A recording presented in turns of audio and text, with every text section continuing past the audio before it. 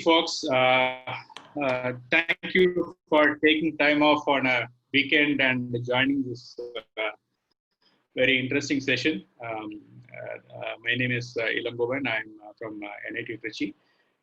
I have the pleasure and privilege of introducing today's speaker, Ramesh Sundaresan.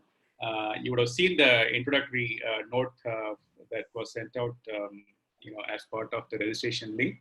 Ramesh, just to give you a few highlights, I would consider him to be one of the top authorities in the risk management space, especially in the commodities, soft commodities. I think in 2008, when the rest of the world was, really going through turmoil, Ramesh and his team at Olam Commodity Financial Services probably had the best year of their, best year ever. In terms of what they provided in terms of risk management solutions or market making solutions or their own proprietary trading books. They had the best year at that time. And Ramesh, at the peak of his career, decided to take a different track, and since then has been a rock star investor in a few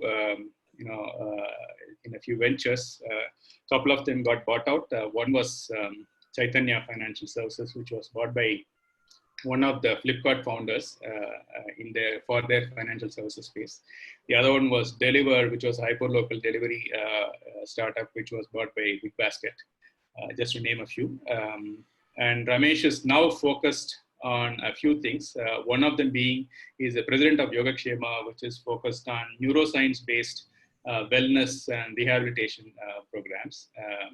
The second is he's teaching math for middle school children in a couple of ways. One is teaching them directly, and second is he's coming out with a new model of teaching mathematics by trying to balance the holy trinity of keeping it fun for the children, making it easy for the teachers to teach, and at the same time keeping the parents happy by making sure that the children score well in exams. So that is the other part. Ramesh also is an avid poker player, and he's a performing magician. So those are the other goodies that he comes with. And Ramesh's wife, Akila, she's also an NIT alumnus, and she's from NIT Nagpur, and she runs a nonprofit for affordable housing for the poor called Nivasa. All right, Ramesh, take it away. It's all yours. So the format is going to be that for the another 70-75 minutes, Ramesh will run through his, his part of the speech, and after that we can take questions. And you can ask the questions at any point in the Q&A window, and we'll take it up in the last 15 minutes. Thank you. Thanks, Ramesh. Go ahead. Okay. Thanks, Manar. All right. So in the next 70 minutes, first of all, thank you for coming on a Sunday evening and participating in this program. It's a 90-minute program. I've taken the liberty from Huawei, in case it extends to 100 minutes, is it okay? And I've been told, yes, it's okay to go up to 100 minutes. Because honestly, it's a program which we do for 2 days. And what I'm going to try and do is give it in a nutshell, what we do over the 2 days, but we will try and do that in 90 minutes. Not all of it, but we will try and do as much as we can in 90 minutes, which should give a very good flavor in terms of what we do at Yogakshema. So the thing is this, right? I mean, the deal in life is this. We go to school, then we find a job, get educated, find a job, get married, acquire wealth, create status, fame in some cases, go up in our profession. And then we come to a point where we implicitly assume that if I've done A, B, C, D, E, F, G, then that should lead me to happiness. But the point is, we come to a place where we realize that there is a certain level of unfinished business, there is a certain level of emptiness which is there in us. And we go back and say, maybe I should be going even faster on the treadmill and keep running even faster, earn more, get more recognition, become more famous, buy more things, because we think that is the place. By going more and more in what we call as the survival mode, which could involve thriving as well, doing exceptionally well in our professions, will lead us to that ultimate pursuit, which most of us have. Most of us share the singular ultimate objective and purpose, which is we want to be happy and we want to be fulfilled, and we think it will reach in that particular process. But it doesn't. Uh, the thing about happiness is it's quite elusive, right? And we keep looking for it and we keep moving towards it, and we don't seem to be finding it there at all in the external world. The trouble with that is we've been searching in the wrong place all along. The place where we search for happiness is outside of ourselves. But the place to actually find it is inside of ourselves. It is about embarking on an inward journey. It is about going deeper inside ourselves to try and find out what is that which is stopping us from having a meaningful, happy, and fulfilled life. If you are able to embark on this internal journey, where there are things which stop us. There could be biases, there are our thoughts, there are our emotions, there are mindsets, and a whole bunch of things which stop us from moving from what we call a survival mode into a more evolved self or a more evolved version of ourselves. But in doing so, we don't want to be psyching ourselves into thinking, yes, I'm happy, I want to be happy, I'll always be happy, and stuff like that. Because most of those comments, most of those kinds of ways of psyching ourselves are false positives, and they don't work. And even if they work for a very short period of time. The second, we don't want to be putting willpower to use in an excessive way. We know what happens to New Year resolutions. New Year resolutions work very rarely. The reason is New Year resolution is about putting willpower to work. Willpower wins. Willpower doesn't carry on for a long period of time. We can push ourselves and push ourselves for some time, and after that, willpower will break, it will wilt. So willpower is not the way to go about it.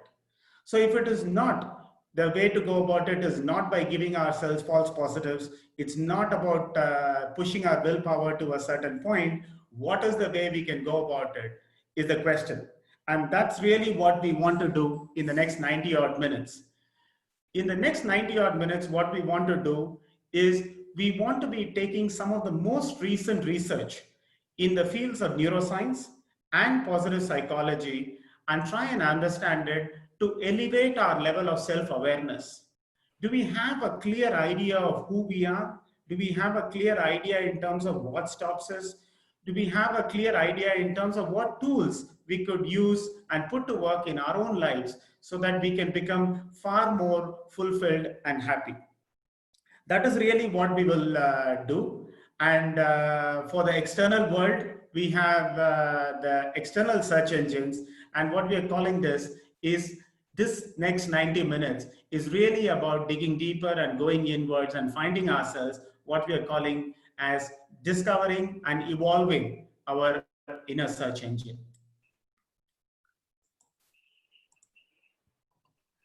Happiness per se is an exceptionally good goal because it's a goal which a lot of people share. And a lot of people, if you ask them, what is your goal? They might say, I want to buy a house, I want to buy a car, I want to do this. And you ask them, why do you want to buy a car? Why do you want a house?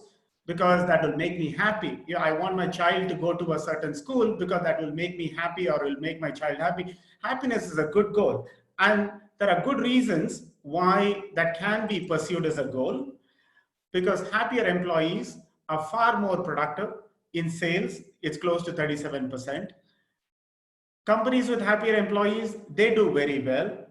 And finally, and most importantly, everything else being equal, happier people have a 35% lower chance of risk of death whether it's all points considered, whether it's illness, age, lifestyle, everything considered, happier people live longer. Okay, that's a fact.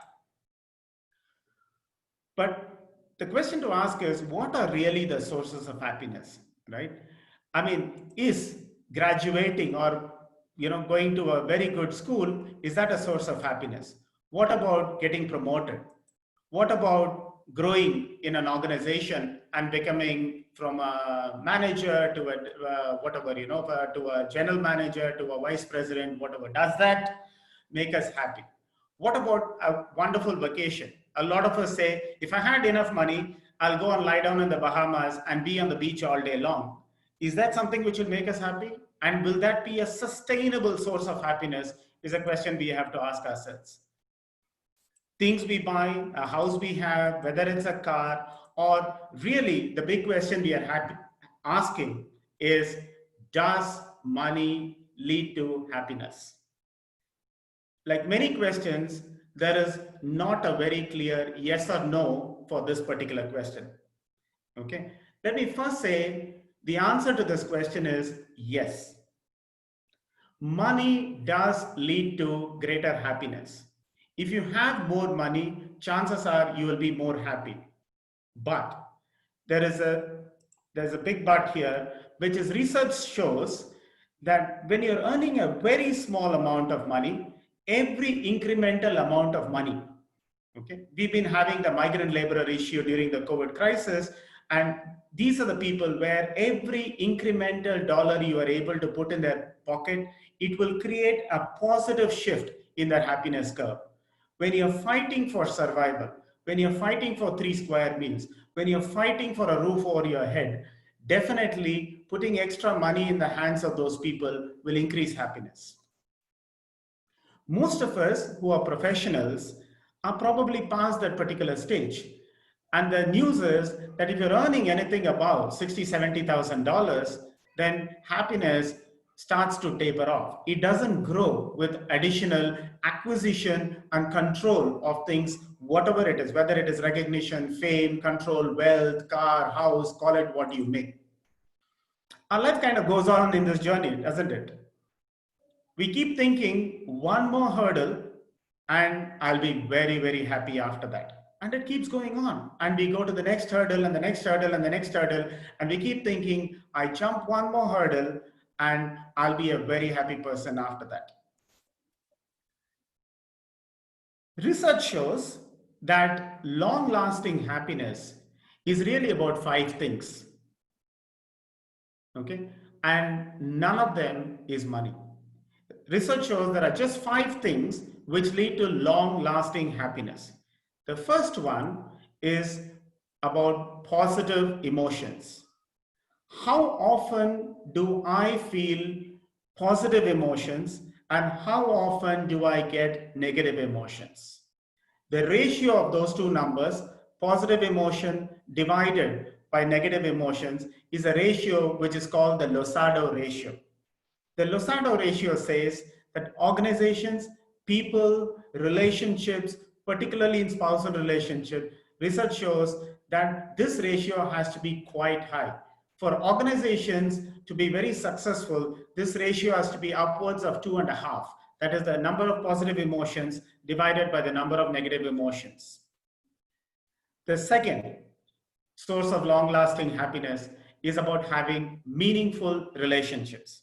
We are not talking about how many Facebook friends we have. We are not talking about how many WhatsApp groups we are a part of. We are not talking about any of that. We are not talking about the parties and the social gatherings. We are talking about really, truly meaningful relationships. It could be with a handful of friends. It could be with our spouse and a few relatives. It could be with our siblings. It's a handful of very, very strongly meaningful relationships. And meaningful relationships is one of the key contributors to long-lasting happiness. The third is a sense of achievement. A sense of achievement is a deep feeling, okay, that I have achieved something, I've contributed something very meaningfully. Okay, we will talk a bit more about achievement in the next slide. The fourth is what is called flow. We will spend some time there as well. And finally, it is about a sense of purpose. Okay. Other than positive emotions and meaningful slide, the other three, achievement, flow, and purpose, we'll spend one slide on each of those. What really is achievement? Achievement is not really about where you reach in an organization, push and prod and shove and get to a certain part in an organization. It is not that. An achievement is a deep sense where there was a single-minded focus I had towards a goal, where I was called in to show very strong mental and emotional stamina while pursuing that particular goal, staying the course, persevering, and running it like a marathon. And getting to that particular goal is what we call as achievement. Each one of us would have many occasions when we would have felt a sense of achievement. And that is a key contributor to long-lasting happiness. The next one is a concept called flow. Flow was introduced and popularized by a person by name Mihaly Csikszentmihalyi. He's a positive psychologist, and Mihaly Csikszentmihalyi basically puts all kinds of activities in a sort of a 8-quadrant sort of a matrix, where he says put the two axes as the level of challenge and the level of competence you have towards a challenge. All right. So the x-axis, which is our ability, the level of competence which we have, which could be low, medium, high. And the y-axis is really what is the kind of challenge I have, whether it's a low challenge, medium challenge, or a high challenge. Mihaly Csikszentmihalyi argues that when I have a very low ability and a low level of challenge, it leads to a state which is apathy. Apathy, people are usually sad, depressed, and not particularly interested. There is no vitality which is there when performing that particular task. If we go down the x-axis and say our challenge is not really growing, but we have greater ability to do that, then it can move from apathy to boredom, and finally it can lead to relaxation. I'm just too good for that particular job, and I just relax in that particular job. The other side, the y-axis, is really increasing the challenge while retaining our ability at the same level. Apathy will move into worry, and when the challenge is way too high, it gets into anxiety. Now, what about those three little triangles and two triangles and one quadrilateral? So the thing which happens in those three things is the most important. When our ability is a medium and our challenge is very high, it leads to what is called arousal. And when our ability is high and the challenge is medium, it leads to control. And between those two is a state which is called flow. The reason he came up with the word flow is that is the state when time entirely suspends when we are doing something. Each one of us would have witnessed flow at some point or the other. In some cases, it could be while cooking. In some cases, it could be while running, or it could be while solving puzzles. It could be whatever. It could be in our job. It could be in various different things. But can we find an activity where we can be in a state of flow at most points in time, where our ability is high in that particular area and the challenge we are met with is also high, and therefore I can put my ability to work. I can really challenge myself and do that. It's a genuinely satisfying experience which has very, very deep involvement, and when we go through that, time completely suspends.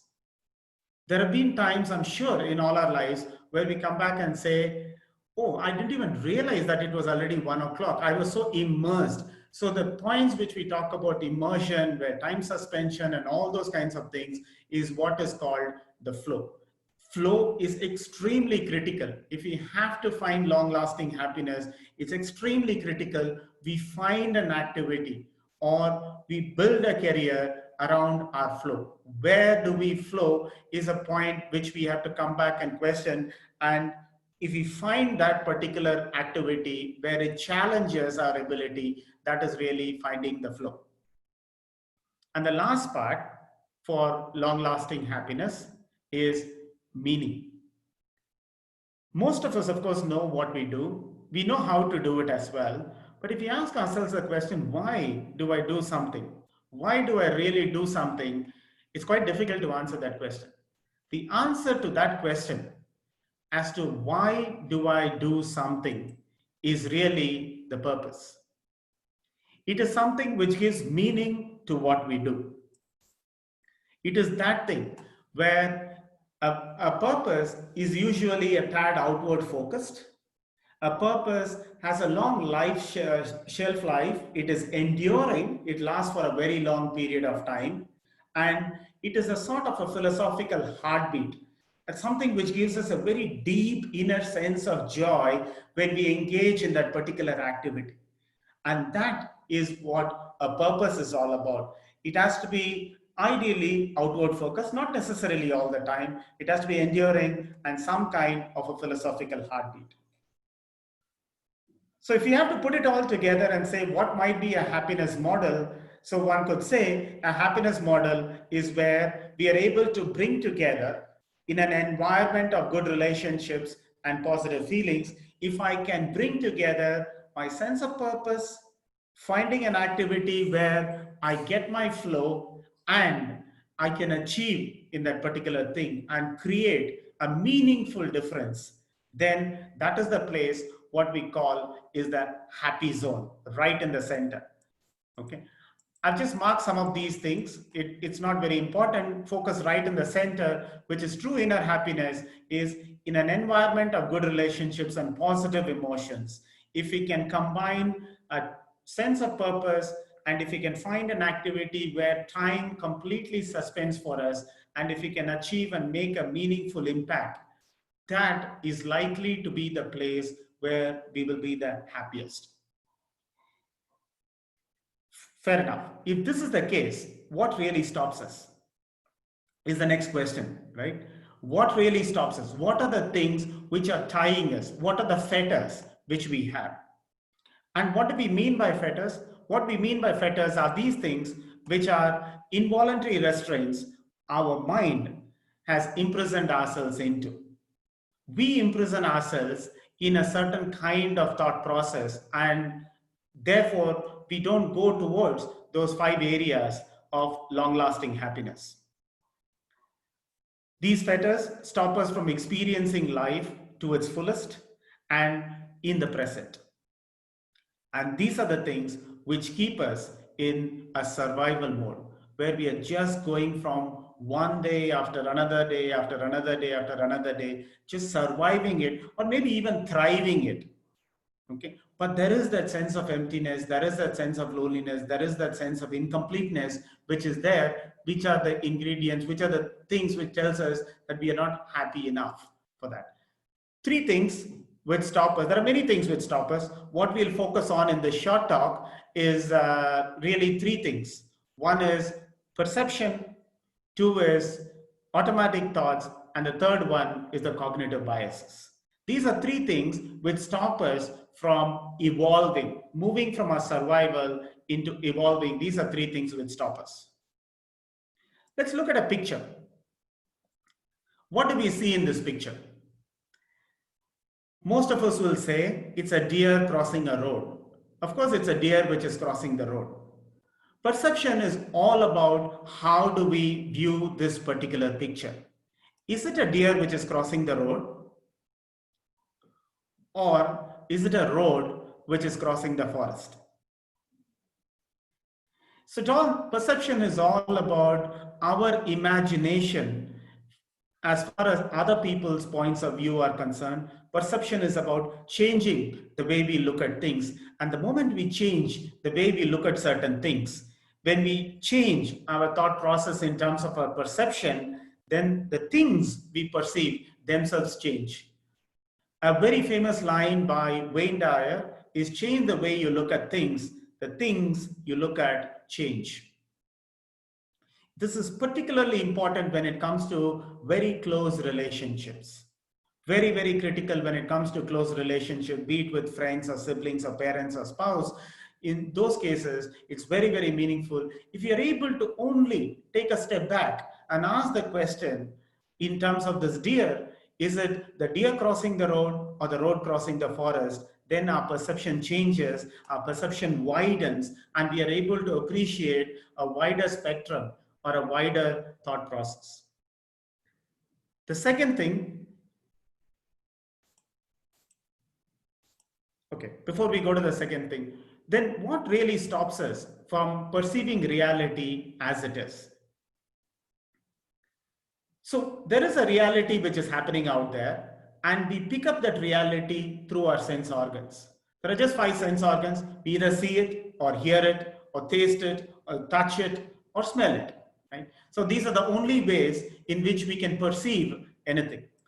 And then that thing which we perceive gets processed in our brain, and that creates our reality. So there is the reality, and then there is our reality. More often than not, we think we see the reality, whereas what we can only see is our reality. Why? Because whatever is coming through our sense organs is filtered through our experiences. And these experiences contain a lot of patterns in it. It contains the negativity which we have. It contains all the cognitive biases which we have. And when we are even picking up our sensory inputs, we might not be very alert. Half the time we are jumping in terms of what we think the other person is saying, or jumping in terms of we think we know what we are seeing. Okay, and it's also our mindset which stops us. So we'll spend some time in terms of the negativity bias, the cognitive bias, and the mindset. First, the negativity bias. The first line is the good news or the bad news, whichever way you want to look at it, which is we are all born with a negativity bias. Every one of us is born with a negativity bias. I can take you through a long story, but for the moment, let's assume that we are born with a negativity bias, because negativity bias is critical for our survival.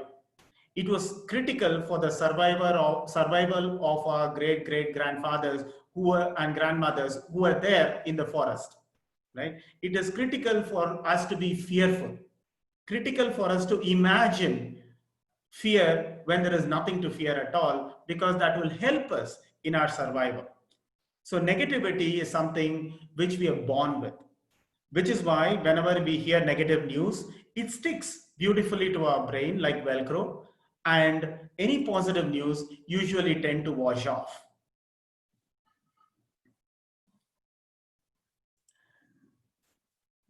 A majority of the thoughts which we get in a day are actually negative thoughts. We get close to 65 to 70,000 thoughts in any given day. Out of these 65 to 70,000 thoughts, a large percentage of them are negative thoughts. All right. And these are just not individual, independent, standalone thoughts. These negative thoughts tend to be clustered together, and they become colonies of ants. The automatic negative thoughts, which is the ants, they become colonies of ants. The same negative thoughts, loops and loops and loops and loops. I'm sure we all went through our points of anxiety when we are going through our current COVID crisis. And there are many other places where we have gone through some anxious moments. It could be our, about our child's health, or it could be about our parental health, or it could be a whole bunch of other things, any of those things.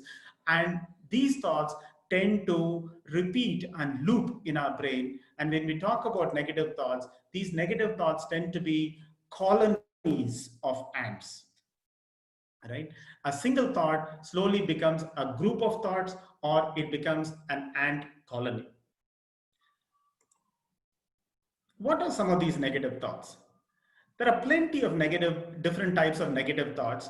The idea here is to really try and see whether we can take these negative thoughts and put it in a few boxes. Why do we want to put it in a few boxes? Because the next time around when we get the negative thought, at least we have the self-awareness at that point in time for us to say, aha, that looks like this kind of a negative thought, right? The first negative thought is what is called an always, never, no one, everyone thinking. He or she always does something like this. I never seem to be good in certain things. I never seem to be getting this right, right? No one ever listens to my point of view. Everyone thinks I am this way or that way. All of these kinds of thought process where it's an absolute, it's a black or white, always, never, no one, everyone, is a very clear, automatic negative thought. The second one is what is called fortune telling. Fortune telling is, intuition is a highly overrated thing, right? We can at best create intuition in one thing where we have spent an enormous amount of time. Malcolm Gladwell says 10,000 hours, call it whatever you make, but enormous amount of time we can build some intuition on one or two things. Most times when we think I have an intuition towards something, what we are saying is I have a negative feeling about something. Very rarely are our intuitions positive. Fortune telling is really about trying to tell ourselves, I know something bad is going to happen. And we do that all the time. The third one is what is called mind reading. Mind reading is making assumptions about what another person is thinking. It is trying to second guess and say that, looking at the facial expression and this and that, I'm sure the person was thinking this way. How do you know? We don't. The point is, we are mind reading. And again, if you look at mind reading, a lot of times we read somebody else's mind and we read something negative is happening. Very rarely do we think that they're thinking positively about ourselves or positively about a situation. More often than not, all our mind reading and fortune telling is really our negativity manifesting itself. The fourth is personalizing, which is taking a point and converting into a personal insult onto ourselves.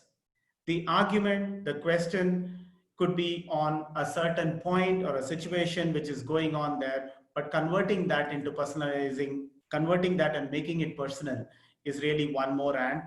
And finally, there are two really very large ants. The two really large ants are blaming and defending. Blaming is our inability to take accountability for something which has gone wrong. Our inability to take accountability for something which has gone wrong is really what blaming is all about.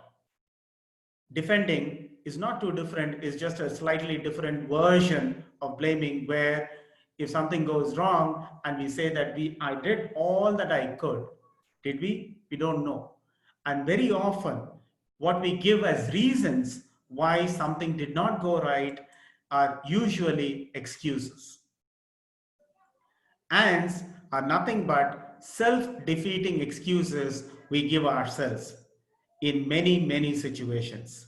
And these self-defeating excuses which we give ourselves happen automatically.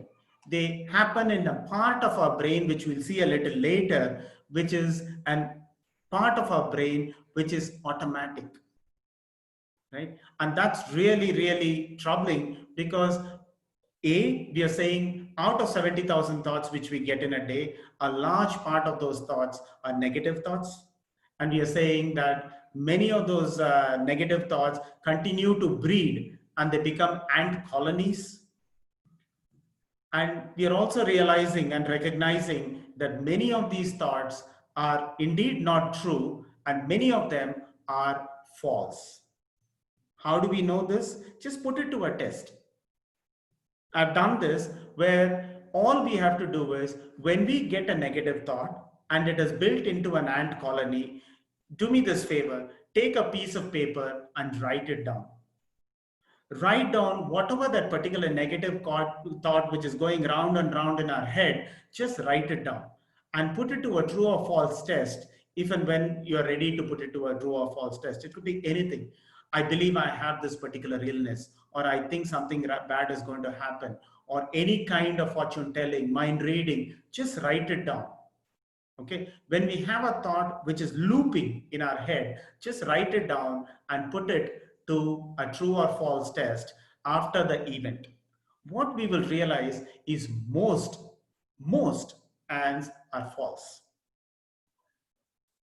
But the problem is, all these negative thoughts are real thoughts. They're real thoughts. What do we mean by real thoughts? I think I'm going to fail this particular exam is a real thought. A real thought means the brain has a lot of chemicals which keep secreting with every single thought. And those brain chemicals are secreting when we have a thought. The brain doesn't know the difference between a thought is true or false. As long as the thought is a real thought, the negative chemical in your brain is already, it's already been secreted and it's beginning to move through your entire body. So whether a thought is false or true, the brain doesn't know the difference between that. As long as the thought is a real thought, the negative chemical is already there in our brain and it's already there moving through our body. What does that lead to? A large amount of ants. What it leads to is, when we think about our past, we think about our past with regrets and lost opportunities. If only my parent had allowed me to do this. It's a very common refrain many of us have, right? There are regrets and lost opportunities. How is the current? The current is unsatisfactory or inadequate. And finally, the future, which is filled with anxiety and pessimism. This is what it really comes down to. If there is an unchecked amount of ants which is going through our system, going through our brain, and the chemicals flowing through our particular system, then our life comes down to this, where we look at our past with regret and lost opportunities, the current is unsatisfactory, and the future is full of anxiety and pessimism. That's what it really comes down to. That's as far as ants are concerned. So what is this cognitive bias? Cognition, right? Cognition is really our ability to perceive something. Our ability to perceive something, our ability to interpret something and understand a situation. That is what we are calling as cognition. And we have to learn what is unknown to us from what is already known. That's how we understand. Our brain understands through association. It's a pattern-making machine which continuously associates every new learning with our past experiences and our past understanding of certain thing, and it creates an association and it understands a new thing from that particular past. It's a very, very efficient machine, but the only problem with that is that these thought patterns sometimes could be biased and they lead to what is called cognitive biases. There are close to 200 different cognitive biases really, but what we will talk about here is probably 3 or 4, and we'll talk about it in some detail so that we get an understanding of what a cognitive bias is. The first and a very, very important one is what is called a naive cynicism. It is our ability to get cynical about a certain situation with very, very little information, right? It's our inability to see two sides of any situation. Can we see some things which are right, some things which are wrong about a certain situation? Look at all our television debates or our WhatsApp groups. What happens really is everybody just holds on to their point of view and then keeps saying something or the other, which is just about their point of view, and that's all that is there to it. Our inability to weigh both sides of an issue is naive cynicism. Naive cynicism is also particularly pernicious when it comes to assuming the worst in others. And we start doubting motives. We attach motives and doubt the motives which people come back with. When people disagree with us, we find it very difficult to disassociate ourselves from the part that they are disagreeing with the point we are making, not with us as an individual, but it's very, very difficult. Naive cynicism gets us to doubting the motives of people. It makes us suspicious. Whatever it could be. It could be our bosses, it could be our subordinates, it could be people in our apartment complex, it could be people from a neighboring country, whatever it is. There is always a certain amount of cynicism which is there when we are faced with a certain situation, faced with a certain transaction or an interaction. And what that can lead to is it can lead to a certain amount of emotional withdrawal. The next bias, we don't need to spend much time here in this group. A lot of us know this, which is stereotyping. Stereotyping is simply this: our extrapolation of the behavior of one individual to a whole group they represent. People of a certain denomination, people of a certain color, people of a certain country, and we make impressions and opinions about them. Now you combine naive cynicism when we have very limited experience and we have gone ahead and started viewing a situation cynically, and then with one or two experiences, we stereotype, we are setting ourselves for a very, very bad situation in terms of our cognitive biases, from which it is very difficult to extricate ourselves as well. Prejudices, discrimination, hasty generalizations, all of these are close cousins of stereotyping. But there's an advantage in taking 1, 2, 3, 4 samples and extrapolating to a larger group, because it allows the brain to form quick patterns. But more often than not, we don't have adequate samples, and we then therefore end up extrapolating based on a very small sample size, very often, and more often than not, a sample size of n equal to 1. Whether it's about our opinions about a people of certain caste, creed, race, language, nationality, all of that is strongly to do with our stereotyping. Combine stereotyping and naive cynicism and imagine what it does to us. A third, a particularly important one, is what is called a confirmation bias. A confirmation bias is where we interpret every new information in such a way that it just conforms to our pre-existing beliefs. We take every new additional information which is going on, every new experience which we are undergoing, every new thought which we are getting, and then basically arranging it in our brain in such a way that it conforms to a pre-existing idea. What is really troubling about confirmation bias is this. Confirmation bias, we might all think that we are open-minded to a lot of ideas. The thing about confirmation bias is we actively reject things which don't conform to our pre-existing thought process. Our brain actively does it for us by rejecting things which doesn't conform to our pre-existing thought pattern. When it comes to any of the emotionally charged issues, when it's about deeply entrenched beliefs or any emotionally charged issues, a lot of us, if you ask any one of us, are you open-minded? People say, of course, I think I'm truly open-minded. Are we?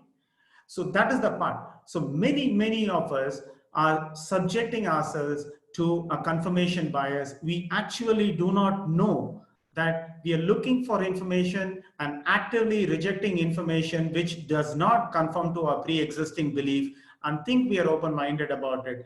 We are just confirming and reinforcing the same thing which goes on in our mind, leading to a confirmation bias. Ask yourself this question: which news channel do you watch? We have news channels which have all shades from right to left. Which news channel do you watch more often? Which news channel do you agree with? Do you even find 1 or 2 or 3 things which you agree in a news channel, which is not the news channel you like? Unlikely. The thing is, this is a great way to understand what is confirmation bias, and we think we are open-minded. Believe me, most of us have very strong confirmation bias. So confirmation bias, which is holding on to our thoughts and confirming and looping and reinforcing and believing in that, and all of that getting fed by naive cynicism and stereotyping, combine that, we have a very potent combination of a cognitively biased mind which we can have. Now, a cognitively biased mind with the ants is really what fetters us from evolving and moving from our survival to a more evolved self of ourselves.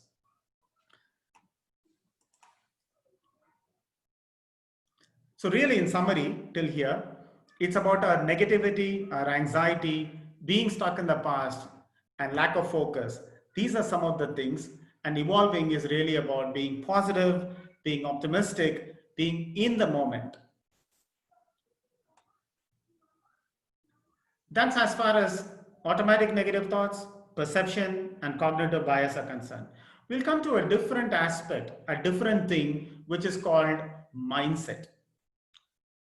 Mindset, the lady out there is Dr. Carol Dweck. She's a professor in Stanford. She has particularly popularized this concept called a mindset. A mindset is nothing but when we are faced with a situation or a problem, what do we do? How do we orient ourselves in a certain situation? How do we sort things out when faced with a problem? What kind of decisions do we take when we are faced with a certain situation, and what do we do? All right. Carol Dweck actually did a very, very neat experiment. The experiment goes something like this. It was a school, I'm not sure whether it's in Chicago or New York, somewhere there was a school where the children were getting graded as A, B, C, D, and F. F happens to be the first letter of the word fail as well. A, B, C, D, and F.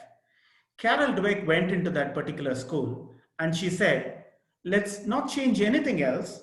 Let's continue with our grading system and everything else. No change in our pedagogy, no change in our syllabus, but we'll just change the grading system slightly by making it A, B, C, D, and not yet.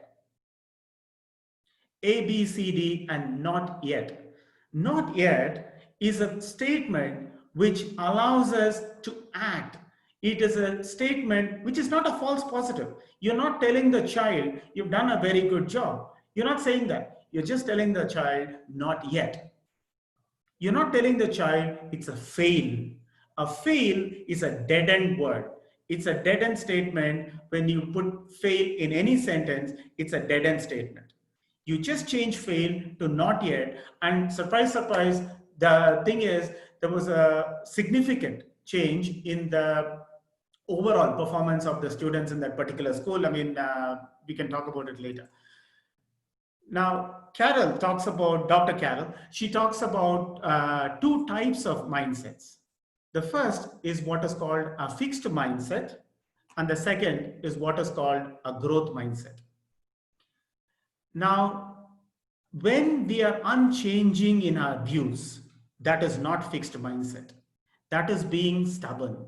That is being obstinate. Fixed mindset is something quite different.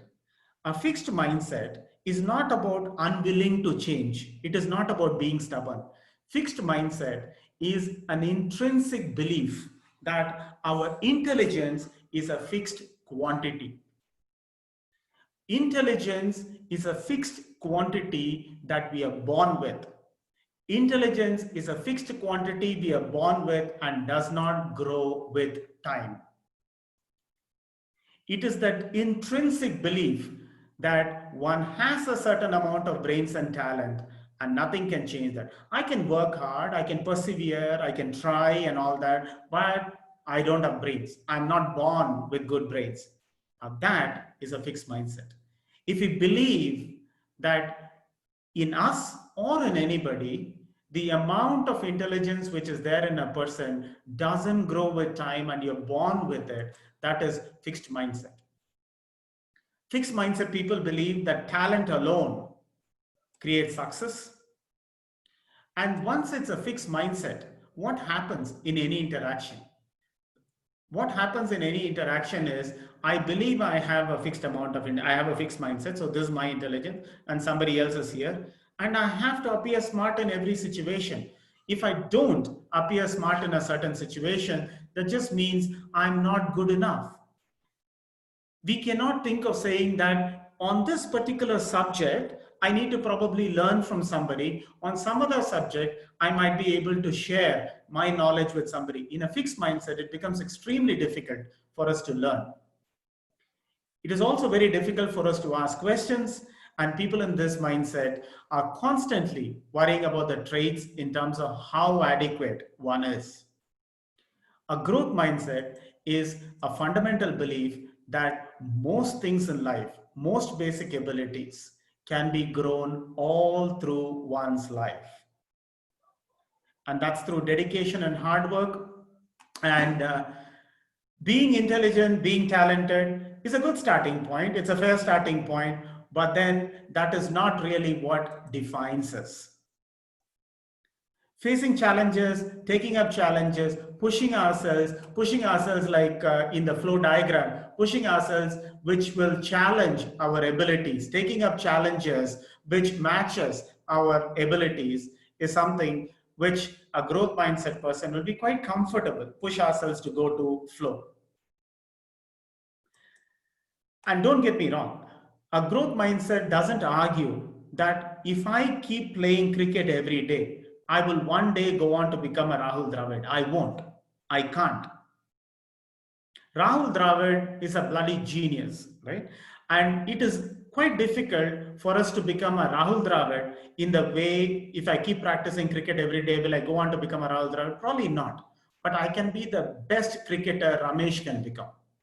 And that is a given. Growth mindset is really about that. Growth mindset is really about pushing ourselves and using every opportunity to learn, believing that every basic ability can be developed, and therefore becoming better and better and better versions of ourselves. And growth mindset is particularly important if we have to evolve. And if you are in a growth mindset, and if you're able to develop a growth mindset, the good news is that criticisms don't worry us anymore, because these are opportunities to learn, and the compulsion to prove oneself completely goes away. And we are far more at peace with ourselves when faced with difficult situations. And because it is not something I'm born with, it's not something I'm destined, it is highly empowering, because every day we can change and become a better version of ourselves. So that's as far as the first section, which is there is the reality which we perceive and put it through our perceptions, through our automatic negative thoughts, through our cognitive biases and mindset, and we create our reality, right? And that reality is not the same for everyone. Just understanding this, just becoming aware of this, just having that level of self-awareness itself is a very large step in evolving as a human being. That different people have different experiences, which mean they have different sets of biases, different negativity in them, different perceptions and different mindset. And having that belief system that different people can view the same reality differently itself is a good starting point of evolving as a person. Now, we've been told that our brain grows up to the age of, some people say up to the age of 5, somebody will say up to the age of 10, and most people will believe that it grows up to the age of maybe 10, 15, and after that there is no major change which happens in the brain. Neuroscience tells us that our brain can continue to grow, our brain can continue to form new networks day after day after day at whatever age, whatever stage we are in our lives, all the way to the day when we die. Neuroplasticity is all about that. Neuroplasticity is all about our ability to shape our brain, mold our brain fundamentally. These are physically, the brain is changing. new networks are getting formed in our brain through the process of active thinking. We'll come to that in a second. Through a process of active thinking, active, fully believing and active thinking, and most importantly, acting on that particular thought, we can fundamentally alter our brain itself. We can fundamentally alter our brain, and this is proven. And it's one of probably the most empowering concepts in science, which has happened more recently, is neuroplasticity. The brain is like plastic. It can be molded. Don't think of it too much in terms of physical molding. Think of it in terms of we can form new neural connections where we can completely erase past connections and form new connections. And that process of moving from old connections to new connections is the process of evolution. And what we take advantage of is our brain's ability of what is called neuroplasticity. Now, a few words or a few slides about our brain. Our brain really has two brain centers. You saw this picture and something happened to us. Now, let me show you one more picture here. Something else completely happens. In the first case, we can very clearly see there is this lady who is very angry with something, and it happened in a jiffy, it happened in a flash. But when we see 23 times 17, it's a certain part of our brain which is the more effortful part of our brain. So if you look at our brain, there are really two brain centers. The two brain centers are the cortex, the brain, which is the higher center, which is here, the higher center, which is responsible for all conscious and deliberate actions. Whether it is communication, whether it is planning, whether it is contemplation, compassion, all of that comes from our higher center.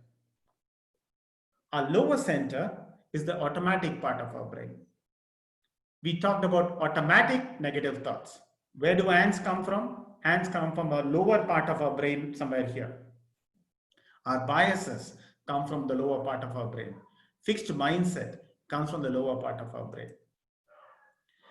An active lower center really means this, right? A very active lower center means that the part which is responsible for our biases, the part which is responsible for our automatic negative thoughts and our fixed mindset, an active lower center gets us to worry.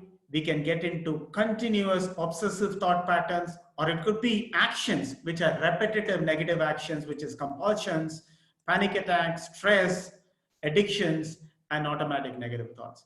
Each of these things means if you are undergoing any of these things, what it really means is we have a very active lower center. What we want is a lower center which is less active, and we want a higher center which is more active.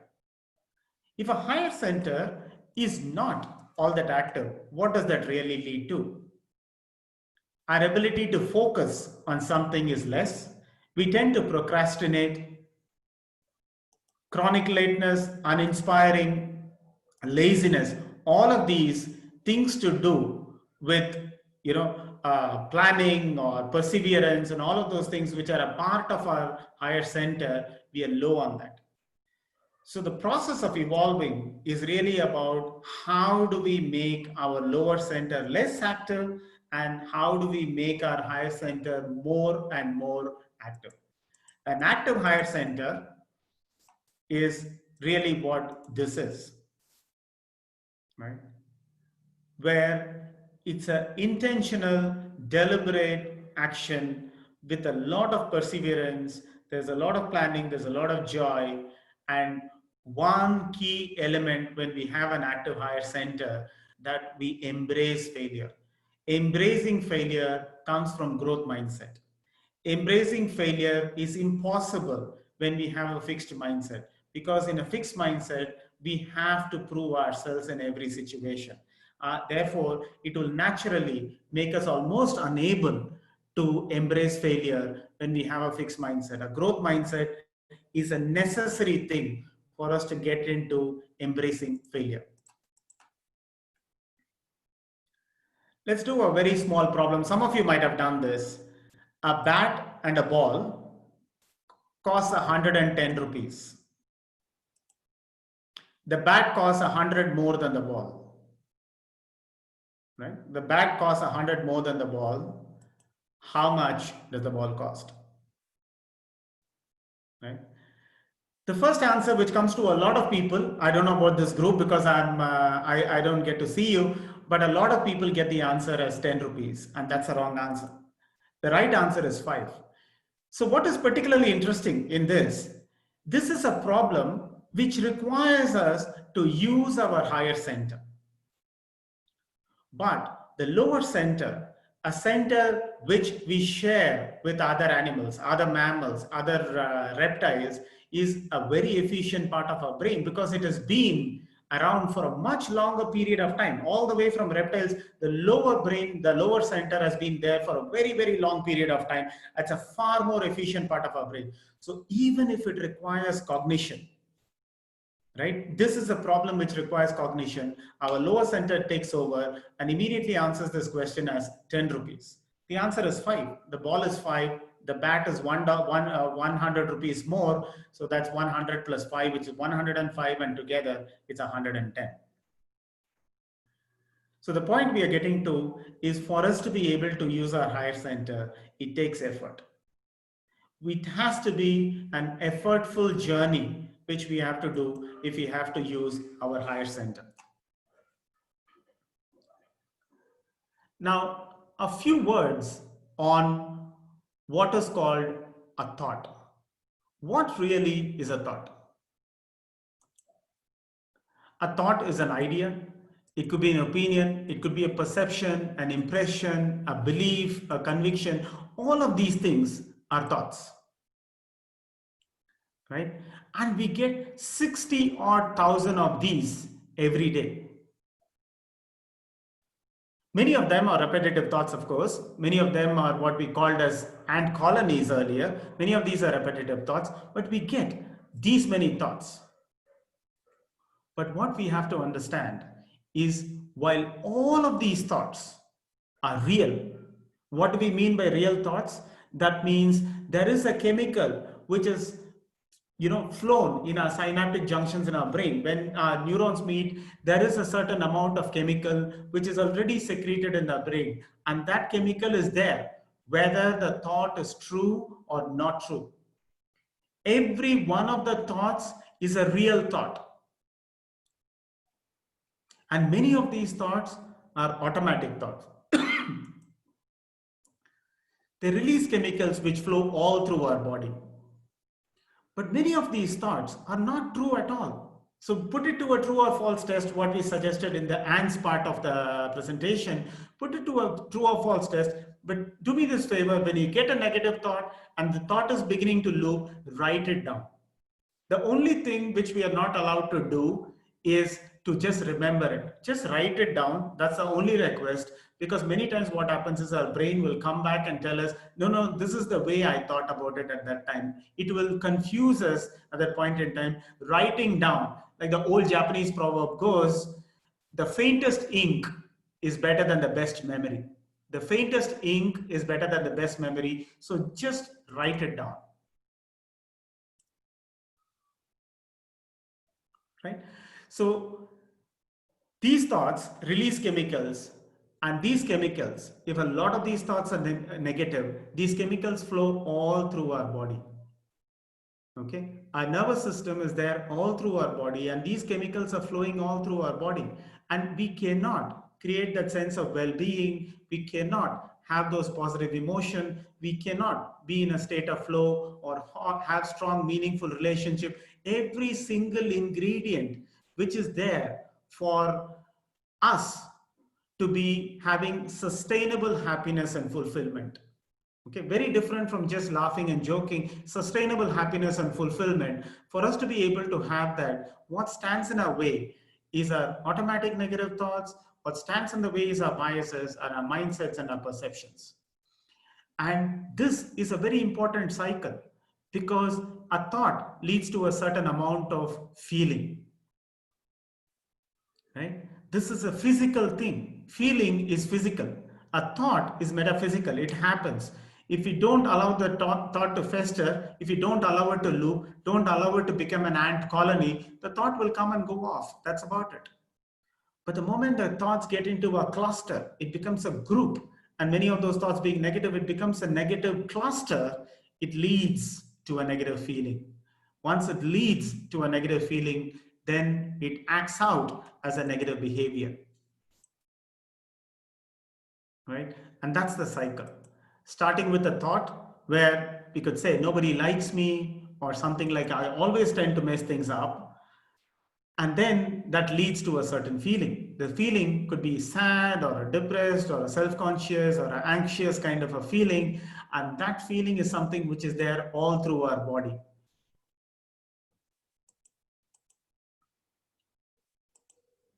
Right? So a thought is very critically important. How we are able to manage our thoughts is very important. We cannot take out a thought and replace it with a false positive and saying, no, I feel happy, I think I'm very healthy, or any of those things. It doesn't work. We'll talk about what some of those tools are in just a few minutes. So thought really goes on and loops and becomes a habit. Repetitive conscious thoughts slowly starts getting hardwired in our brain, and they become a habitual way of being. And these habits again get hardwired in our brain. Once it gets harder and harder and harder and more hardwired, we can only think through that particular hardwired pattern. We can no longer see reality for what it is. Now, who can do it for us? Who can help us in this whole thing?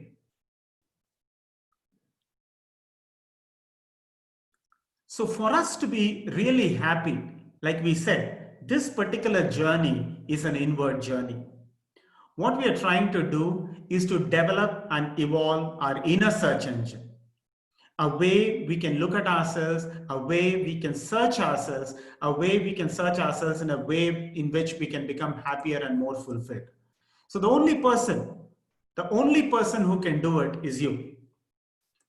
The good news is you are in charge, you're in control at all points in time. It's extremely empowering. And most importantly, changing others is near impossible. So therefore, the only person who can do it is you. That leads us to how. There is this little story. There are two monks who are sitting on the bank of a river. They are sitting and meditating. There is an intern who joins them, and this guy comes and sits next to them. After some time, it starts raining. So one of the monks says, okay, the house, by the way, is on the other bank. It's at the other bank, and they have to cross the river to get to their house. So it starts raining. The monk says, let me go home and get my umbrella. Okay. He walks to the bank. He walks on the river. Crosses the bank, goes to the other side, gets an umbrella, and comes back. The apprentice is watching it. The intern is watching it. Then after some time, they feel hungry, and the second monk says, let me go and get some food for all of us. He gets up, goes to the bank, walks on the river, walks on water, goes to the other bank, gets food, and comes back. This intern is completely perplexed.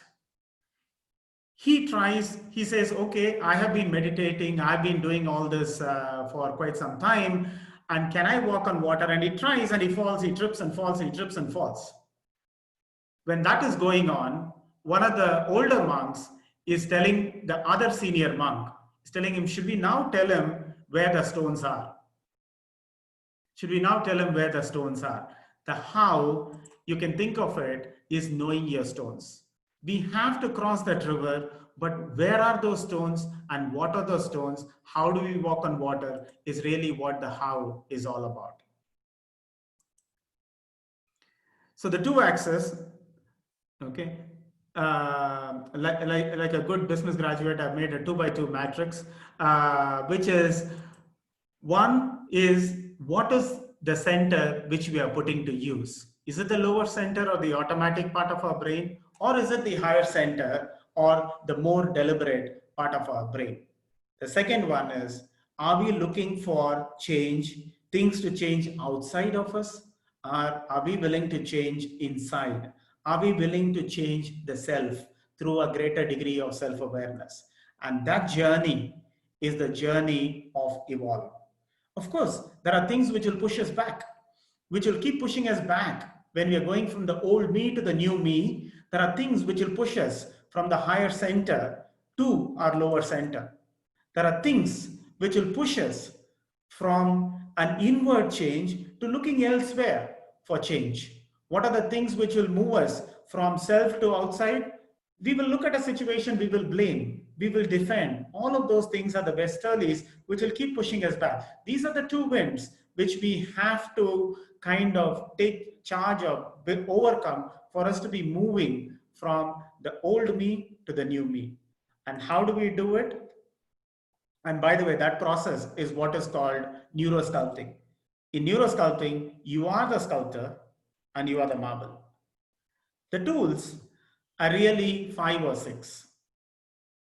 The first one is strongly believing in a growth mindset. If we have a growth mindset, that basic abilities about a person can be changed over the entire life of a particular person. And I believe that about myself. And if I believe that about others, it is not important how many times we fall. It's what is important is how many times do we get up. Failure is not falling down. Failure is our inability or unwillingness to get up. That is failure. Look for something where time suspends. Look for your flow. Whatever marries your best ability with the highest level of challenge, look for it. Actively look for what is that which brings out the best in you. What is that which brings out and challenges your ability and still gives you that sense of joy where time completely suspends. The third one, we talked about a lot of thoughts which are automatic negative thoughts. And a lot of thoughts which are negative thoughts. And they are from an automatic part of the brain. Metacognition is really about thinking about our thoughts. When I get a pessimistic thought, when I feel jealous, when I feel like blaming somebody else, when I am defending, take a step back and ask ourselves the question, what am I doing? What is happening here? Metacognition is really about taking our thoughts from our lower center and bringing it up to the higher center, witnessing our thoughts, observing our thoughts, analyzing our thoughts, understanding our thoughts is all about metacognition. Metacognition is something which can be developed, it can be practiced, but it needs a certain amount of effort for us to develop and practice. Fourth is create some me time, still time for yourself. A certain amount of stilling ourselves. It could be meditation, different people, different things work. It could be meditation, which is sitting in the same place for a certain amount of time, day after day, every day. It could be doing every activity by being in the moment, fully soaked in that particular moment, which is a mindfulness, which is a more Eastern philosophy. And finally, we saw the mind-body connection. The mind-body connection, ultimately, whatever the mind, whatever the thought, whatever the emotion, we have to ride on our physical body. And if that physical body is not provided the right amount of physical activity and provided the right amount of nutrition, then that is something which can stand in the way of us achieving long-lasting happiness. Now, right in the beginning, we said that positive things when it happens to us, because we are born with a negativity bias, and positive things when they happen to us, they wash off. They wash off like Teflon. Now, what happens is we start to take things which are positive and happening in our world for granted. The fact that we have two hands, we take it for granted. The fact that we have a roof over our head, we take it for granted. The fact that our parents were able to educate us and put us in good schools, we take it for granted. The fact that we have a loving family, we take it for granted because every one of these positive experiences habituates. What it means is it habituates. I was just, my son, usually, my daughter is 10 years younger than him. And for her fifth birthday, he gave 5 gifts. For the sixth birthday, he gave 6. For the seventh, he gave 7. She is now going to turn 10. We were just thinking and talking the other day that if you gave 6 for your sixth and 7 for your seventh and 8 for the eighth and 9 for the ninth birthday, for the 10th birthday, instead of giving 10, if you give 9, what will happen? Will our focus be on the 9 gifts we have got? Will her focus be on the 9 gifts she has got, or the 10th one she hasn't got? And a lot of us, this is a story which is very relevant to all our life. A lot of us, most of us, we take things which are positive in our life for granted. Attitude of gratitude is really about taking that one step back.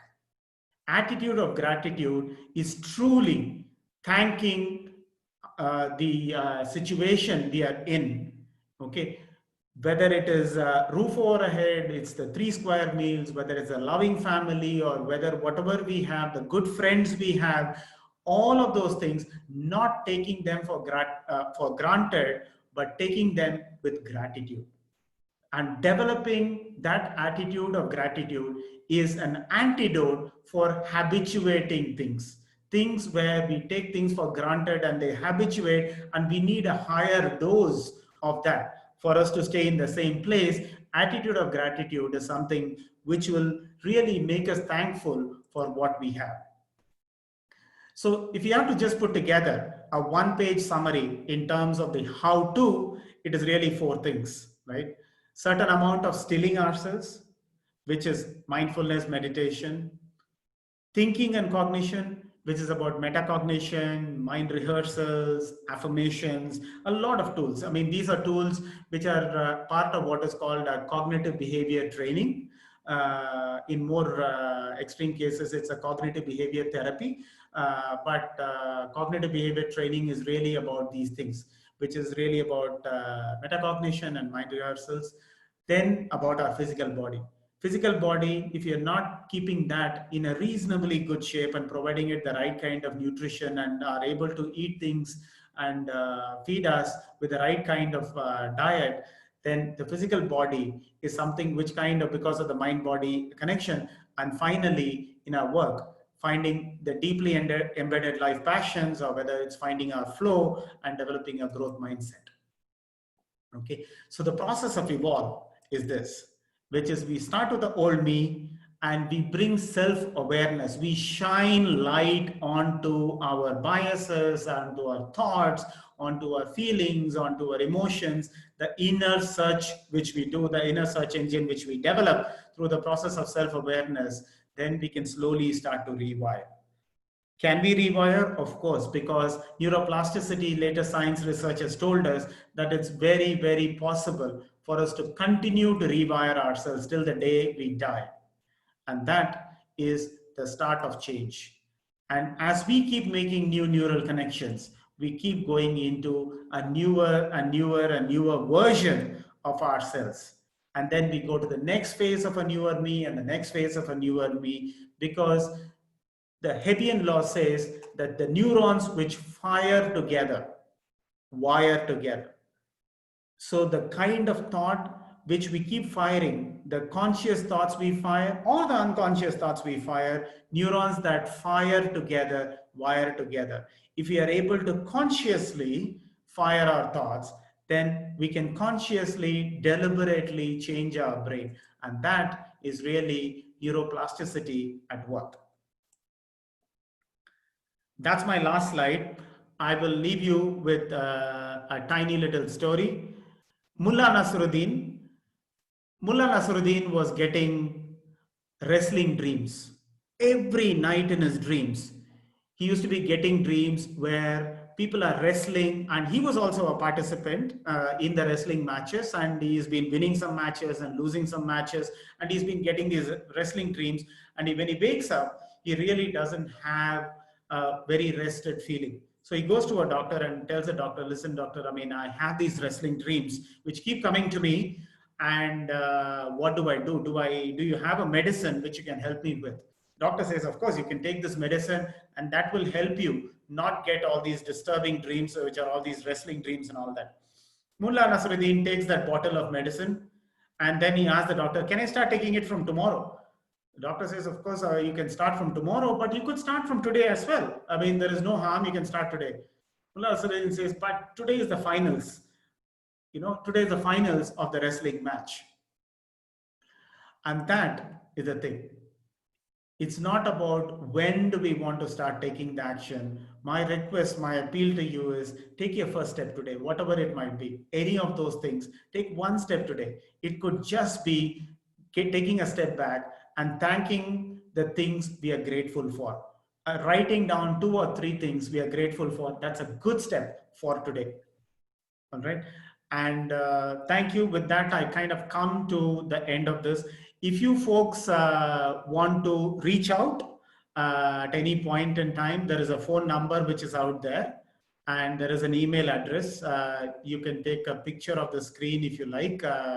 You know, I will leave the slide when I'm taking questions as well. So Ilan, I'm done. So you can, you know, get started with questions. Okay. So yeah, thanks a lot. Thanks a lot, Ramesh. I think this has been an amazing set of you know, inputs for this team, and I think we've had about 120 odd people staying through this. I think that's been a pretty good you know, response so far. I think if you want, Deepaji, if you could also come on your video, that will be great. And Joginderji, that will also be great if you can come on your video. Yeah. Thank you. Yes, sir. Yeah, thank you, Joginderji and Deepaji, for this opportunity. Joginderji, as you know, is the president of the PAN NIT Alumni Association, and Deepaji is the secretary. And without their you know, help and always, this would have happened. So, Ramesh, if you can just move on to the questions. I think the top one seems to be from Mahesh. How do we sustain happiness? I know this question came up even before you got into some of those you know, points which came up later in the slides. I think if you want to take that, you know, Sure. to reinforce some of this, just 2 things, Mahesh. First is in happiness. What we say is happiness is usually a hedonistic happiness. Okay, a hedonistic happiness is when you know, we buy a car or we buy a house or have a drink or have time, a good time with our friends or family or whatever it is. So those parts are in is all the habituating hedonistic happiness. Habituating hedonistic happiness, there are 2 problems with it. One, they are not sustainable, and the second thing about it is they habituate, which means I need a larger dose, right? I remember reading some old poetry which says that we always seem to be wanting one more than what we have. Okay, when we have a 4-bedroom house, we think what is ideal is a 5-bedroom house. When we are 5 feet 9, we think the ideal height is 5 feet 10. It's never 6 feet 3. Okay, we need one more because they habituate. Okay, that's about hedonistic happiness. The second thing about happiness is don't pursue it directly. The more you try to tell yourself, I want to be happy, I want to get there, I want to do this, it will not, because it's one of those things which kind of keeps moving away if you pursue it directly. The way to pursue it is really about focusing on those 5 things, right? Try to create as many positive emotions as you can, truly positive emotions, not false positives, truly positive emotions you can.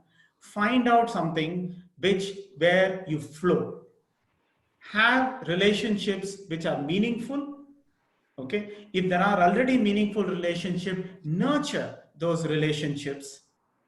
Get that sense of achievement, and finally focus on something which is a tad external, something which is a philosophical heartbeat, and find your purpose. If you focus on these 5 things, the byproduct is happiness. Don't pursue happiness as is, as a concept, because it's not possible to pursue it that way. You just focus on these 5 things. You focus on these 5 things, which we can work on. We have seen the tools. We work on these 5 things, happiness and fulfillment, more importantly. It's not just the happiness. Happiness along with the purpose, which is fulfillment, is a natural outcome when we practice these things and pursue these things. Yeah, thanks, Ramesh. I think the next question is from Aniket. I think basically his question is about how do we remain humble after getting success? Because you see, even today there was a tragedy about a top Bollywood actor committing suicide. I know probably there are speculations about his mental health and all that, but I think if you can just limit our question to how do we keep ourselves humble after getting the so-called success? Would you like to take that? With great difficulty, is the short answer. Yeah. Okay. See, so the one thing we have to understand is in cognitive biases, one of the biases called an attribution bias, right? A large part of whatever good happens to us, we attribute it to ourselves. A large part of what goes wrong for us, we attribute it to somebody else. Okay, that's an attributional bias. Okay, so if you're able to understand what part of what happened to us in success is because of a certain amount of randomness. Yeah. Okay?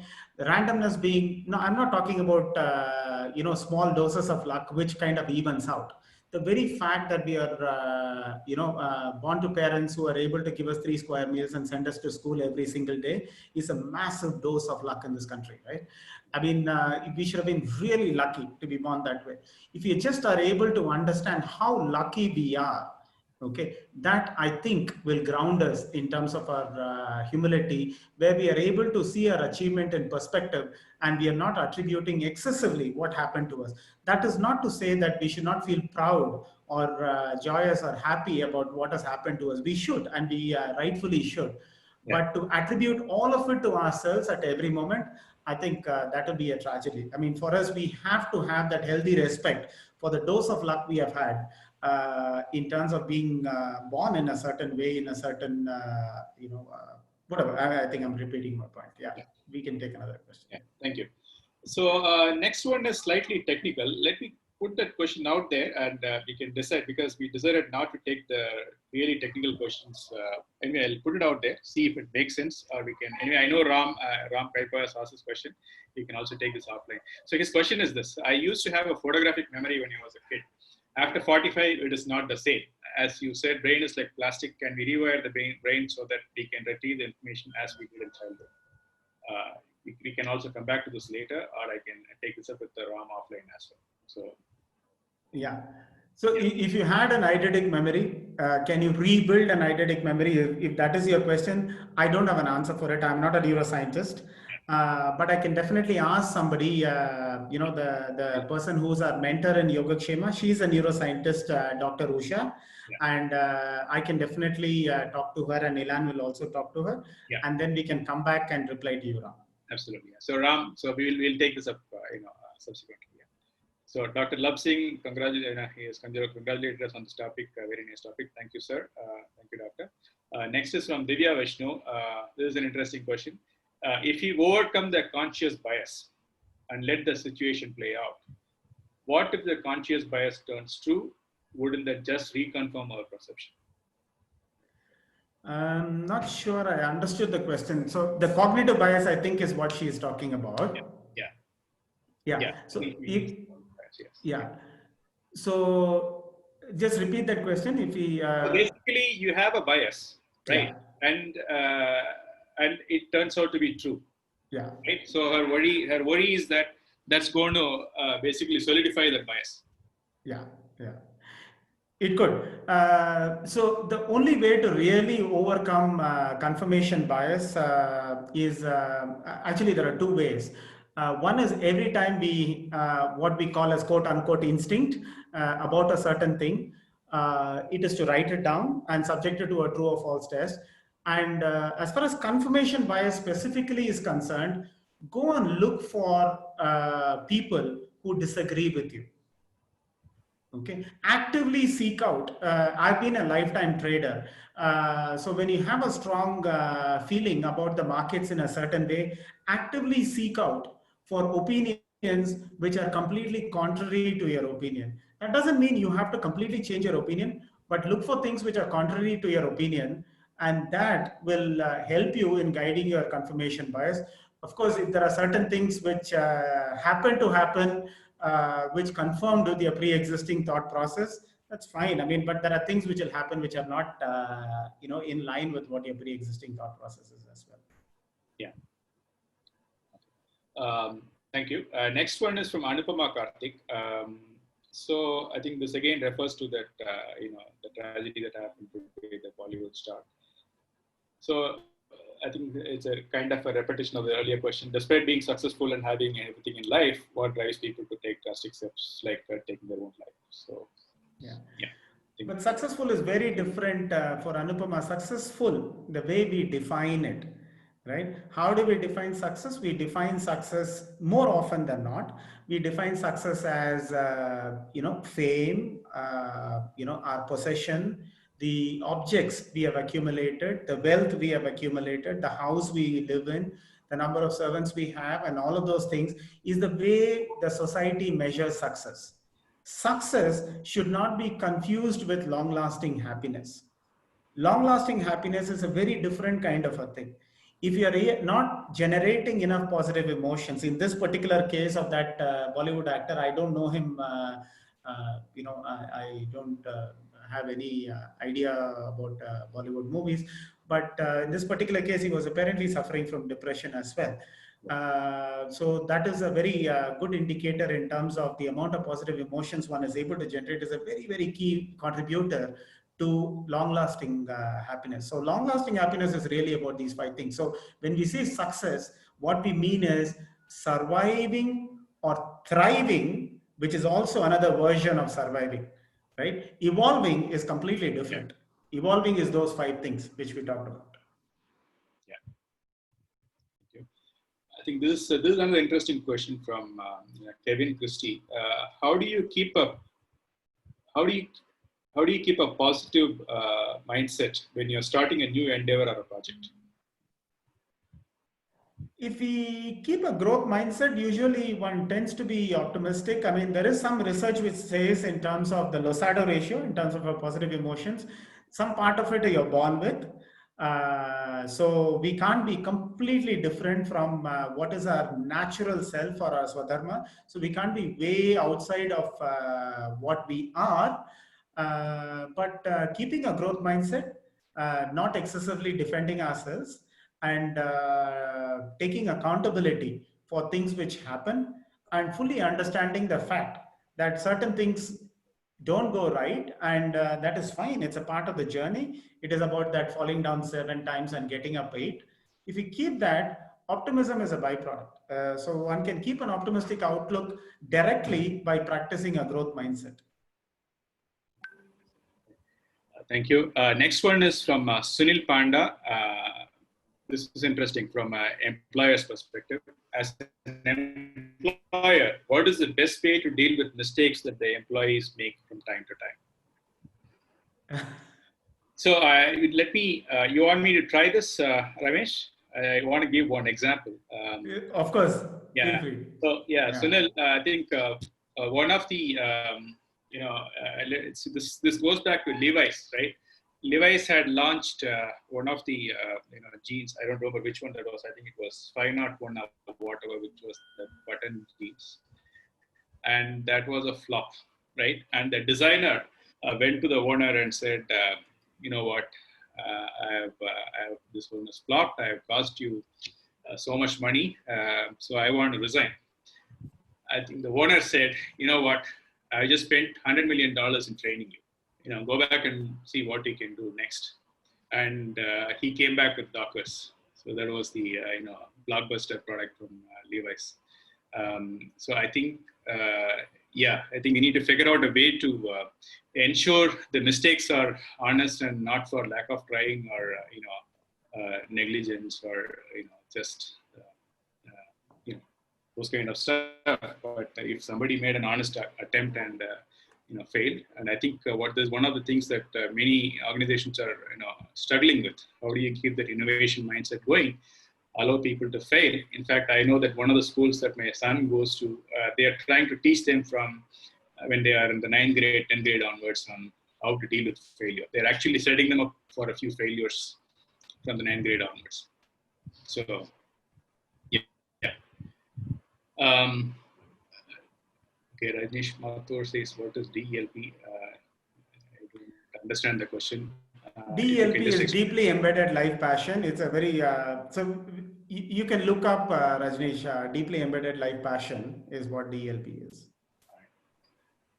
So next is renal. I think it's a repetitive question. How to eliminate confirmation bias? How do I find out that tonight the thought I'm having is based out of confirmation bias? I think you already answered that. I think next is Archana Kumar. How do we handle dual phases in personal life or work life?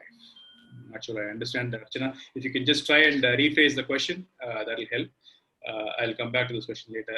So Deepaji and Joginderji, I think this question is for you. Will you provide e-certificate for attendees? I think that seems like a good idea. Yeah. I will talk to Huawei. Yeah. I will talk to Huawei. Yeah. And we'll Thank get. you. Yeah. Thank you, Ji. Okay, Aniket, once you are LinkedIn, you can probably provide that if you have one. I don't know whether, yeah. I think I'm on LinkedIn. Yeah. Aniket, I'm really lousy at anything other than WhatsApp. And that too, just a few groups, which is my engineering and IM groups and a few family groups. That's all I'm in. Yeah. Dr. Love Singh, next question is, this is an interesting, how do you relate the neuroscience with spirituality? How much time do we have? Exactly. So Dr. Love, I think we definitely need to take this up as a next follow-up. Right, Ramesh? I think let's do it that way. I think this is an interesting topic. This is something that Ramesh, myself, and Dr. Usha and everybody at Yogakshema spends a lot of time on, but we have tried to keep these topics strictly, science-based. But it's an interesting topic. Let's take it offline. If other people have interest in this, we'll figure out how to do that. But as Yogakshema, we have tried to stick to science, right? Let me leave it at that, but let's definitely follow up on this. Yeah, we can just say one line saying that there's plenty of commonality in terms of, some of the research which is happening in neuroscience and some of the wisdom which is there in some of the ancient texts. There's a lot of things which can be correlated, and if you're able to combine the two, it gives a much richer experience in terms of going through life. That's all. We can leave it at that, because otherwise it becomes a very, very large topic. It's a topic in itself. I think it's a full topic in itself for many days. Yeah. But let's definitely engage. So I think I'll try and get your number and ID from Vavi and Deepaji and Joginderji, and we'll take it further. Yeah. Sure. So Sunil next is So Sunil, next question is from Sunil. It's give me an example of cognitive bias. Sunil, I'll give you this one. Okay. There is a lady who is a visionary, efficient, and hardworking. Okay. There's a lady who is a visionary, efficient, and hardworking. If that particular lady is going to stand for the elections in your constituency the next time around, there is election, will you vote for her? A lot of us say, yes, of course. I mean, visionary, efficient, hardworking, that seems like a good idea. But she also happens to be, let me give you some more information. She also happens to be very corrupt. She has a lot of murder cases which are pending against her. And recently there are cases against her for having touched a child inappropriately. You see, this is a very classic case of a cognitive bias, which is called availability bias. We make decisions based on what is available. We don't look for things which we need to have, what else do I need for me to make an informed decision is not a question which comes to us naturally. We do that as a mistake in organizations. Time and time again, we keep making that in an organization. We go really deep on a couple of things we understand, but we don't ask the larger questions in terms of what else do I need for me to make an informed decision. Now, that's a good example of a cognitive bias, which is called availability bias, not directly related to something we spoke about, but giving you an example. There are 200 of them. But if you really want to learn more about cognitive bias, read a book by Rolf Dobelli. It's called The Art of Thinking Clearly. It's a book by Rolf Dobelli, D-O-B-E-L-L-I, The Art of Thinking Clearly. It's all biases in one page he writes. So it's a beautiful book, just 200-page book, I think. It's a nice book to read.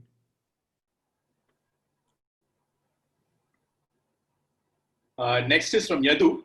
How do you stop procrastinating? Nike will tell you what to do. Yeah. Just do it. Yeah, just do it. And the other one is, it's a very cliched thing. They always say this, but I'll anyway say a cliched thing. How do you eat an elephant is a good question, right? The answer to that is bite by bite. So one has to start taking the first bite and keep making it bite by bite. I mean, that's the only way to eat an elephant. There is no other way. So procrastination, one good idea is to just get a small part of it done today. It's a big problem. I mean, a writer's block is all about, some way it is a procrastination, listlessness, laziness, all of that. So taking a small bite today is a good idea, but it just can't be that it's a small bite tomorrow morning. So that is the only thing about procrastination. Once we have done that, we have at least gone through the bit of the writer's block, and then it starts flowing. But this is all general gyan. So don't take me too seriously on this kind of general gyan, because we have to figure it out for ourselves. Okay. So that is also very important. I can't say this is the way it will work. These are the ways in which I try to practice is all I can share with, but each one of us, it will be a different answer. But doing a little bit today is always a good idea for procrastination. So next is from Ravi. Is there a small practical way to change the mindset? So one is actually believing that, so believing in a larger concept called multiple intelligence. At least I'll tell you what has helped me. Yeah? Believing in multiple intelligence is one thing I very strongly believe in. Okay.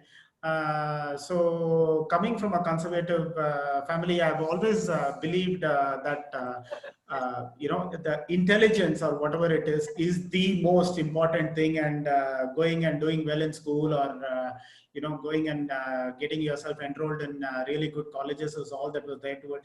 So I created a large premium in my head for analytical and conceptual ability. It took a lot of time for us to understand that it takes multiple intelligence and different kinds of people and with different intelligences to make this world. So getting that appreciation that there is a song in everybody and they will bring it out one day, and what it is something we don't know. The second thing about growth mindset is taking accountability. Okay, taking a very strong sense of accountability. I'm sure in every situation there are things which are outside of us, environmental, which did not go right or whatever it is, but taking that central accountability. So where I try to do something which is for a month or two, I tried telling myself, saying that I refuse to blame. Okay, I will take ownership to every situation to the extent that I refuse to blame. I will never come to a point where I will say it is because of this, which is external. I refuse to blame was a good thing. The third thing is embracing failure. If you start feeling too shy about failing, that's a big problem when it comes to growth mindset, because in growth mindset, you're going to challenge yourself, which means there are many cases where you're going to fail. There are many things which will not work out. So just working on these three things is truly believing in people and knowing that everybody has a song and it will come out one day, and having that thing of embracing failure. So these are very important as far as getting to a growth mindset. It's a process like everything else. It's a process, but it will happen. I think I was fairly, I'm not sure if I've not given it a very, very deep thought. There is a very high probability I've moved from a fixed mindset to a growth mindset. And it's possible. You can actively move it.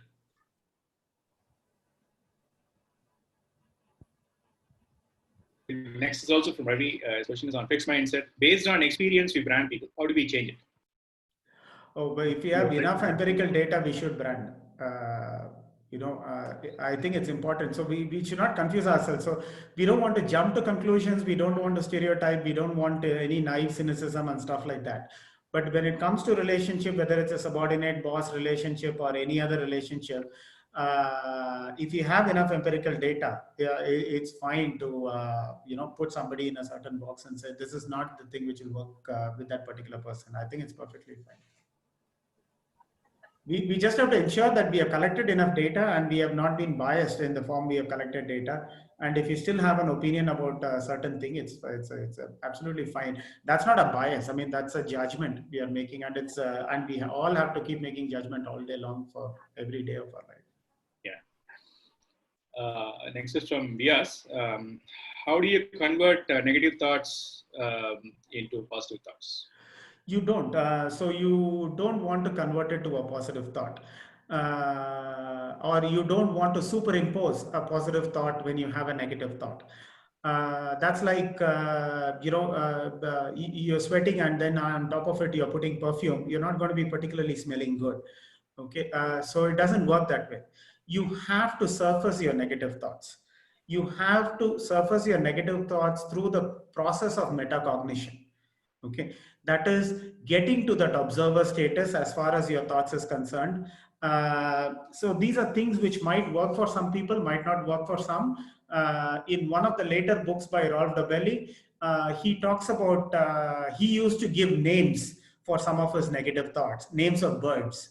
Okay, so whenever he felt jealous, he will think of a robin. Let's say anger is a kingfisher or something like that. And then whenever he gets a thought, he'll close his mind and say, looks like the robin has entered my brain, or looks like the kingfisher has entered my brain. So that is a process of recognizing. Recognizing your negative thought is itself a very positive step towards self-awareness. Okay, then you can work on it. Okay, recognizing a negative thought is metacognition. That is very important. Don't replace it just like that. Try and understand it, recognize it, become aware of it. Okay, don't get into this thing of, as a society, we overvalue thinking as compared to emotions. When you feel strongly emotional about something, trust your emotions, understand your emotions, recognize your emotions, and surface your emotion. Go through the process of metacognition where you are able to recognize that negative thought. Once you have recognized the negative thought, then you can subject it to a true or false check. When you subject it to a true or false check, you'll be able to realize and say some of these negative thoughts which I'm getting are just automatic negative thoughts and they are not true, and they will fall off. Thoughts will fall off. When thoughts become thought patterns and they start breeding in your in your brain more and more into thought colonies, and it starts becoming a feeling, is when it becomes a problematic. One or two thoughts coming and passing is perfectly fine, but observe your thoughts, subject it to metacognition, and then recognize the thoughts, put it to true or false test, and those thoughts will slowly start dropping off. Once they start dropping off, you can always bring in positive emotion. That is different, but you don't replace it. Okay, by replacing, you will do false negatives, false positives, and false positives don't work. You will will yourself to be saying, I'm happy, I'm happy, I'm happy, and all that, and get into that kind of, whip ourselves into a frenzy. It doesn't work. It doesn't make us long-lasting happiness. It doesn't make us peaceful. It won't make us fulfilled. Okay. So, Ramesh, at this time, given that there is a lot of questions about follow-ups and next steps, and there is a lot of interest in how do you sustain what they have learned today, right? So, would you like to spend a few minutes on some of the other programs that we do? Before we go there, I just wanted to give a couple of minutes about Yogakshema in terms of, see, the people here are all volunteers, right? Nobody is a paid, employee at Yogakshema. And the second is, so if you are interested in following up with some subsequent sessions, Ramesh is going to talk about a few of those that we have done in the past and we can do for people who are interested, be it corporates, be it nonprofits, be it startups, be it even education institutions if the NITs want, all that, right? And yeah, there may be some expenses involved. You don't charge like the typical training sessions or whatever. So Ramesh, if you want to just talk about some of the different programs before I take up the subsequent questions. Yeah, sure. So in terms of, like Ilan rightly put it, I mean, all of us are volunteers. Ilan is a volunteer, I'm a volunteer. All of us are volunteers in Yogakshema. So our guide guru mentor is Dr. Usha, and she was heading Yogakshema till recently. And she continues to provide us in terms of our, insights, wisdom, and every one of the things we talk about, we pass it by her to ensure that whatever we speak is found in science, and we are not talking off our hat. There are many programs we do for many groups of people. Some of the groups we focus on are these. One is we have a group of volunteers who work with women.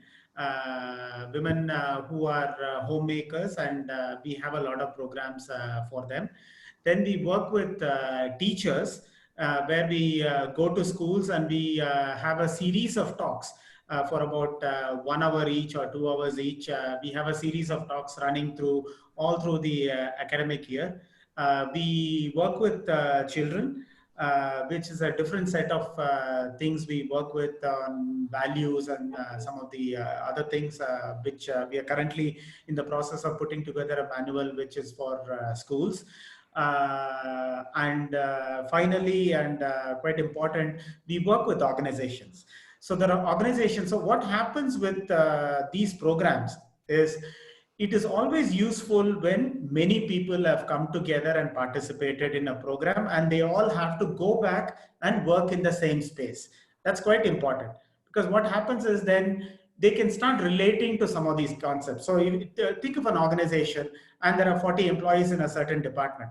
If all the 40 people attend a program like this, at a later point in time, we can have support group meetings, and then they will also be internally become far more compassionate, empathetic, and understanding, because every one of them understands that they have issues when it comes to perception. Every one of them understands they have issues when it comes to negative thoughts. Every one of them understand there are cognitive biases which is stopping us, and every one of them understands these tools. So when there is a group of people, we have seen that the collective learning and the work output and productivity quite dramatically goes up. At least that's the feedback we have got from various corporates we have worked with. The program we do with corporates is usually a 2-day program, which is for about 6-7 hours every day. So it's a 12 to 14 hour kind of a program, which will also include some parts of working on our physical body. We have as one of our volunteers, Mr. Vasan Jaju, who is a yoga expert. So he does the yoga training and the nutrition related training. So we are a bunch of volunteers. We work on different aspects. This was a short talk, only one of us took it up. Then there are things which we do. Other than that, we do public lecture series where we speak in some, certain halls where we speak once every week. We have this 52-week program coming up called Mind Management Mondays. Unfortunately, it was supposed to launch on 9th of March or 10th of March, and COVID happened.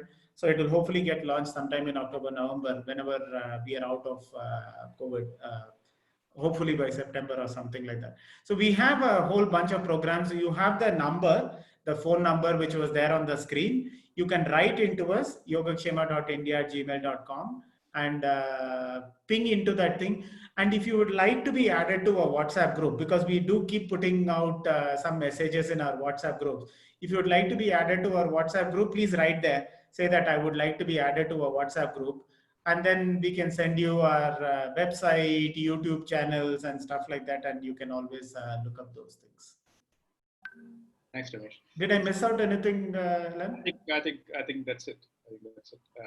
So, Deepaji, Joginderji, I think we are getting close to 9 o'clock. There are a lot of questions, but I think we can probably take these up as follow-ups. What do you suggest, Ramesh?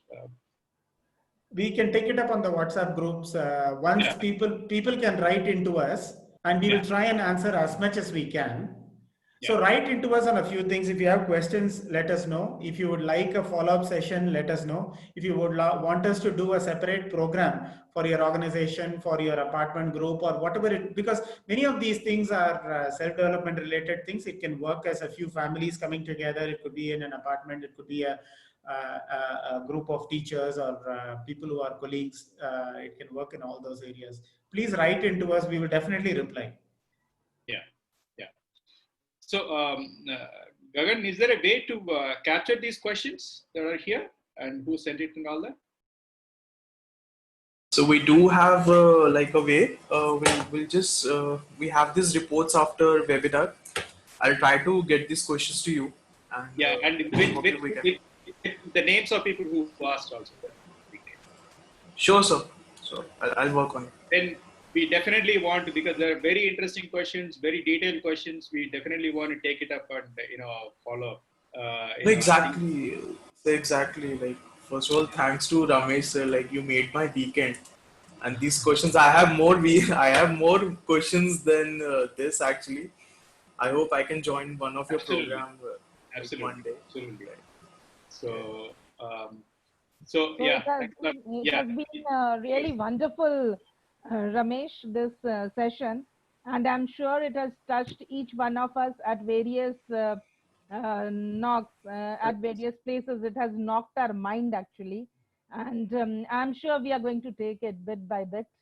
Like you said, just start even one small step towards it is a great thing, and really wonderful. Thank you, Elan and Ramesh, both of you, for bringing this to all of us. And it has been a pleasure. It has really been a pleasure. And like Gagan said, it actually, although it is a Sunday evening and tomorrow morning, again, we have to get back to work. But, this has brought a lot of excitement to the Sunday. So we got an energy capsule. Yeah, actually, a steroidal capsule. This is the energy capsule to us. Yes. Thank you very much, Ramesh. Thank you. We'll hope to meet you in the future. Absolutely, sir. We have to. Elan will make the arrangements.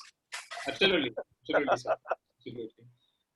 So, Deepaji and Joginderji, thanks a lot. I think without your push, this couldn't have happened. I think I know Joginderji also called me a few times. So, Deepaji, thank you. Thank you, Deepa. Thank you, Joginder. I mean, and of course, Gagan as well. And you're welcome, sir. And I think we still have about 79 people still, here. Thanks a lot, folks. Really appreciate it. And Sunday evening. Thank you. Right. Thank you for so all of you. With permission of panelist, speaker, moderator, so can we end this session? Yes, Gagan. Yes. Right. Yes. Thank you all for joining.